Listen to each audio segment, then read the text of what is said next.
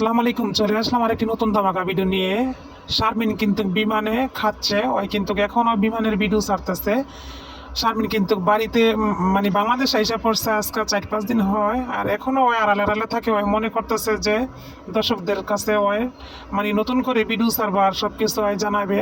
ওই কিন্তু দেশের বাড়িতে গেছে, অন্য একটা ভিডিওতে আপনারা দেখছেন। তো ওদের কিন্তু যত আছে ভিউ কমানের দান্দাবাজি, আর শারমিন কিন্তু বড় ধরনের একটা বাটপার। ওই সবাই চেনো বেশি বড় বাটপার, ওরে কিন্তু মানুষে ধরতে পায় না। তো আমার সাথে থাকবেন, ভিডিওটা দেখতে থাকবেন। যখন প্লেনটা উপরে আপনাদের সাথে শেয়ার করবো।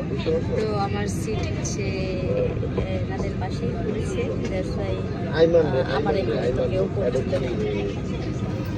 শারমিন কিন্তু এখন ম্যাটম হয়ে গেছে, ওই কিন্তু নিজে নিজে কি বলে নিজেই বুঝতে পারে না, আর দর্শকে কি বুঝবে ওর কথা। দেখেন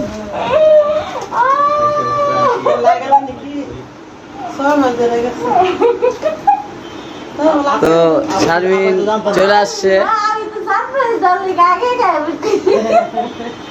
দেখছেন মামের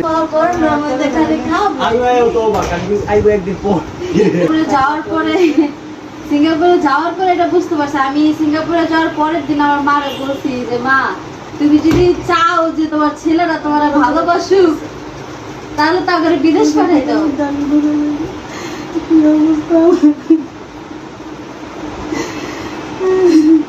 আচ্ছা, সবাই ভাবছে তুমি রেখে আমার